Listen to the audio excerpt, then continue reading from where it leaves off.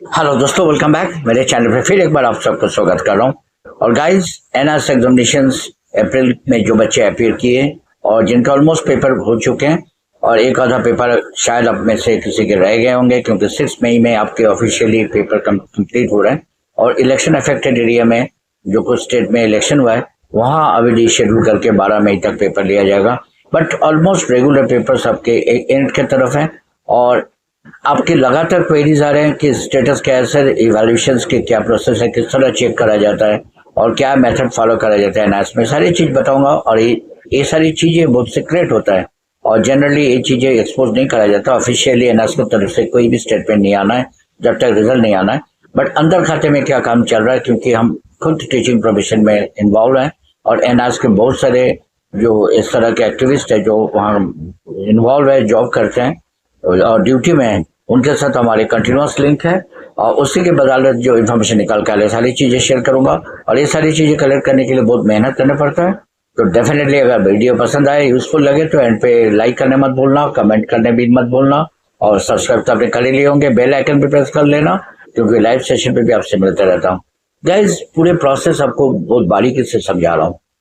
एक चीज ध्यान रखना, जैसे ही आप एग्जामिनेशन दे बैठते हो, एग्जामिनेशन सेंटर से आप बाहर आते हो, आप तो पेपर दे के आ चुके हो, पर तुरंत वहाँ जो ऑफिशियल्स है, जो वहाँ काम पे ऑन ड्यूटी है, उनका काम होता है वो पेपर को शॉर्ट करना, अटेंडेंस को मेंटेन करना, क्योंकि बहुत सारे बच्चे एब्सेंट भी हो जाते हैं। फिर पेपर को शॉर्ट आउट करके पूरी लिस्ट तैयार कर, लिस्ट के अकॉर्डिंगली पैकेट बना के 100 आंसर शीट के पैकेट बना के उसे उसी दिन शाम तक आपके पैकेट को आंसर शीट समेत सारे डॉक्यूमेंट समेत रजिस्टर्ड पार्सल के जरिए आपके रीजनल सेंटर भेज दिए जाते हैं। जिस रीजन के अंदर आप बिलोंग करते हो, आप जिस सेंटर में भी पेपर दो वो जिस रीजन के अंदर आता है, रीजनल सेंटर में उसी दिन भेज दिया जाता है तुरंत। अब 2-3 दिन के अंदर डिपेंडिंग ऑन द डिस्टेंस आपके आंसर शीट वहां पहुंच जाते हैं रीजनल सेंटर। रीजनल सेंटर पहुंचने के बाद रीजनल सेंटर में जो कंसर्न अथॉरिटी या ऑफिशियल्स हैं वो करते क्या, वहाँ बहुत एक इम्पॉर्टेंट काम होता है डिकोडिंग करना।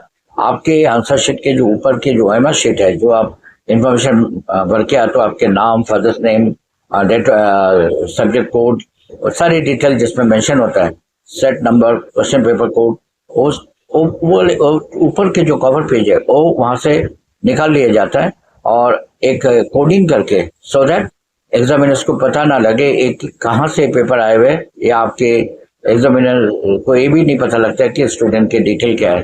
फिर होता क्या है, पहले से ही एनआरएस तैयार कर रखा है लिस्ट ऑफ टीचर्स, जो एक्सपीरियंस टीचर है एरिया वाइज। जनरली एनआरएस के केस में रीजनल सेंटर में इवैल्यूएशन सेंटर बनाया जाता है, बट जहाँ पेपर के वॉल्यूम ज्यादा है वहाँ कुछ केसेस में कुछ केंद्रीय विद्यालय में और कुछ मेन एरिया में नोडल सेंटर बनाया जाता है और एक सबसे मोस्ट एक्सपीरियंस टीचर को हेड एग्जामिनर बनाया जाता है उस सब्जेक्ट के। और उनके अंडर कम से कम 15 to 20 टीचर्स होते हैं डिपेंडिंग ऑन सब्जेक्ट, अगर वॉल्यूम ज्यादा है। और एक हेड एग्जामिनर के अंडर 3 से 3,500 आंसर शीट भेजा जाता है मैक्सिमम।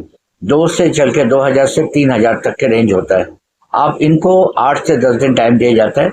इनके साथ जो टीम होते हैं, इनको पहले दिन एक मॉक टेस्ट करवाया जाता है और मार्किंग स्कीम जो है ना, ऑफिशियल मार्किंग स्कीम तय करता है सब्जेक्ट के, वो मार्किंग स्कीम भी उनको भेज दिया जाता है, सो दैट उनको पता लग जाए कि किस तरह के आंसर्स लिखने से बच्चे को कितने मार्क्स देना है। बट अदरवाइज भी एनआरएस की तरफ से इंस्ट्रक्शन होता है, बच्चे अगर अपने लैंग्वेज में भी लिखे और एग्जामिनर्स को लगे कि नहीं पॉइंट वैलिड है तो उनको मार्किंग करा जाए। ये चीजें अब शुरू करा गया 3-4 साल से। तो अब इस चीजें कंप्लीट होने में 8 से 10 दिन लगता है। फिर लास्ट में बहुत क्रूशियल काम होता है, आपके डेटा को अपलोड करना है। पर बीच में बहुत सारी कहानी, हेड एग्जामिनर रैंडम चेकिंग करते हैं कि गलतियां तो नहीं है, और खासकर जो बच्चे बॉर्डर पे पास होते होते रह जाता है, इस तरह के पेपर को बार बार चेक कराया जाता है, रिव्यू कराया जाता है ताकि वो बच्चा निकल जाए। बट इसके बाद जो फाइनली डेटा अपलोड करने के बाद रीजनल सेंटर से ऑनलाइन पोर्टल के जरिए डेटा नोएडा हेडक्वार्टर पहुंच जाता है। वहां मेन खेल शुरू होता है एंड पे। उसमें कम से कम 10 से 15 दिन लगता है कि कितने बच्चों को मॉडरेशन करके ड्रेस मार्क दिया जाए और क्या पैरामीटर अप्लाई करा जाएगा। आंसर शीट के क्वालिटी को देखते, सेट 1 तीनों सेट के पैरिटी को मेंटेन करते हुए। तो और अब जो मेन बात आपको बता दो, लेटेस्ट जो स्टेटस 20 अप्रैल तक के जितने भी पेपर कंडक्ट है ऑलरेडी इवैल्यूएशन सेंटर पे पहुंच चुके हैं इवैल्यूएशन के लिए। और बाकी बचे पेपर धीरे धीरे स्टेप बाय स्टेप उसे भी पहुंचा दिए जाएंगे। और एनएस की तरफ से इनको डेडलाइन दिए गए कि किसी भी हालत में मिड ऑफ जून तक रिजल्ट को पब्लिश